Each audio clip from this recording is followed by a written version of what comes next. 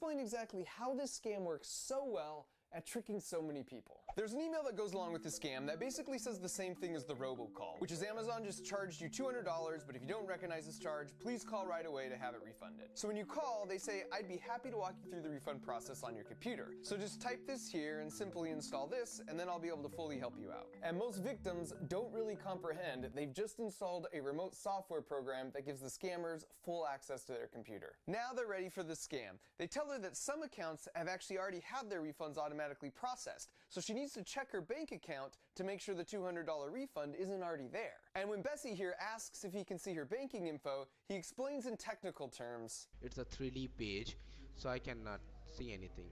Okay. And so sure enough, she hasn't got the refund yet, so he needs just about 5 minutes to work with his billing department in order to process it. But first, he makes a really big deal about this. I'm signing out from your account in front of your own eyes. And this is true, he actually does sign out. At which point he triggers her screen to go black so she can't see anything that he's doing. And then he immediately logs back in using the browser pre-stored username and password. He's going to do a simple browser HTML edit on this page to temporarily make this Lowe's purchase look like a refund for $20,000, and you'll see why in a minute. And as he's editing away, he chats her up to try and build trust. You're like my granny, Miss Bessie, do you know this? Yes. She was like one of my closest friends. Oh.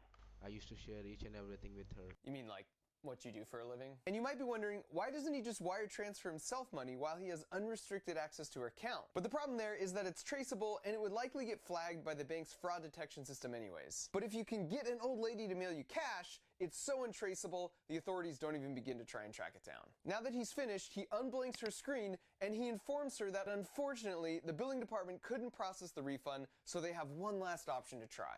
This is the Chase online refund server. It's actually just a text window that does absolutely nothing. It's pure theater. It is an irreversible form. Whatever you are typing it over there, put it in a correct manner. Nothing would be changed over here. Basically, he makes a big deal for 3 minutes that she's the one that has to enter all the information, and anything that gets typed there is immediately permanent. Maybe you can see where this is headed. So her name, last four of social, zip code, and finally refund amount. Please enter your refund amount. If you go back, you can actually hear him type the 2 extra zeros on his keyboard and hit enter. Check everything, is it correct? Oh no, this is a mistake. Oh, I screwed up. Oh, Jesus. It was supposed to be a 200 in there. Oh, God almighty. I'm exhausted. I can't do this. My mind is absolutely fried. Please check your account. Did you really receive that money in your account? Oh my God. Plus 20,000. Yeah. Please save my job, ma'am. If I'll not earn for my family will die due to hunger, due to starvation. Oh, please, yes, of course. I mean, what should I do? I mean, I can. Feeling bad for you. You are also like my grandmother. You know, I'm an honest person. You're making me cry now. I'm getting attached to you. Now, how do I fix this?